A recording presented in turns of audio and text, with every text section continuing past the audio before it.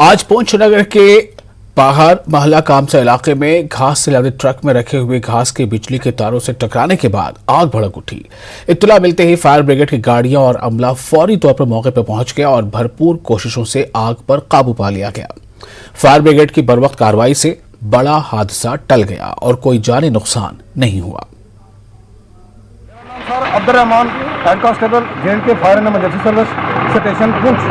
Sir ये यहाँ से नीचे से ट्रक ऊपर की तरफ आ रहा था, तो ट्रक कार के साथ शॉर्ट सर्किट हो गया। तो जो शॉर्ट सर्किट हो गया तो इसमें आग लग गई। उसी टाइम इन्होंने किया PCR को फ़ोन, तो PCR ने किया हमें फ़ोन, तो हम 5 मिनट के अंदर यहाँ बर वक्त टाइम पर पहुँच गए, तो हमने आग पर काबू डाल दिया।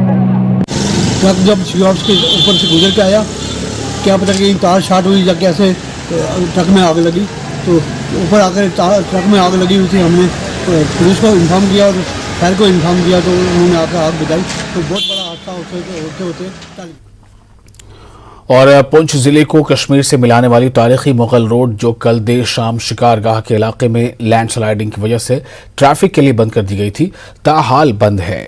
मुगल रोड अथॉरिटी की जानिब से सड़क पर ट्रैफिक बहाल करने के लिए सड़क के दरमियान में गिरने वाली एक बड़ी चट्टान को तोड़ने के लिए मशीनरी को काम में लगा दिया गया है। मुगल रोड अथॉरिटी के हुकाम का कहना है कि मुगल रोड पर आइंदा 2 से 3 घंटे में ट्रैफिक बहाल कर दी जाएगी।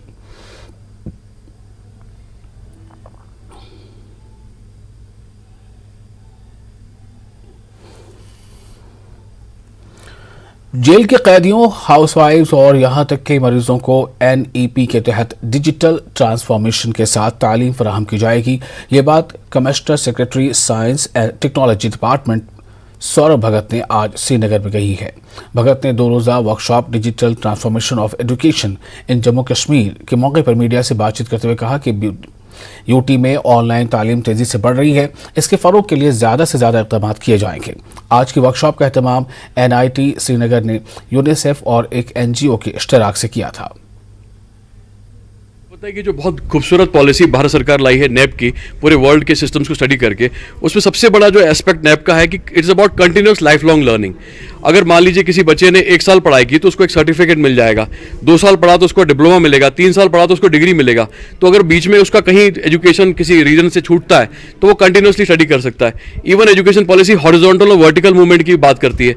इसका मतलब है कि कोई आर्ट्स का बच्चा साइंस भी पढ़ सकता है, साइंस का बच्चा आर्ट का भी कॉम्बिनेशन बना सकता है। तो इसके लिए जो इंटरनेट टेक्नोलॉजी है ये बहुत क्रिटिकल है। इसका मतलब ये है कि अगर आपने कुछ भी, जैसे मान लीजिए आप जर्नलिज्म का कोर्स स्टार्ट करते हैं और 1 साल बाद आपको कोई परेशानी आती है, तो 1 साल आप उसको बाकायदा सर्टिफिकेट आपके पास आ जाएगा। 4 साल के बाद आप फिर स्टार्ट करके उसमें 2 साल पढ़ के डिप्लोमा ले सकते हैं, और अगर उसके आगे आप पढ़ेंगे तो आप डिग्री भी ले सकते हैं। तो ये एक बहुत अच्छा सिस्टम है। उसके लिए बहुत क्रिटिकल है कि डिजिटल कंटेंट अवेलेबल होगा, तो कहीं पर भी एनीवेयर एजुकेशन, आप घर बैठे बैठे अपने घर बैठे बैठे एजुकेशन को एक्सेस कर सकते हैं। चाहे हाउस वाइफ्स हैं, इवन जो प्रिजन के अंदर भी, कोई जेल के अंदर भी है, वो भी एजुकेशन ले सकता है। कोई हाउस वाइफ भी ले सकती हैं।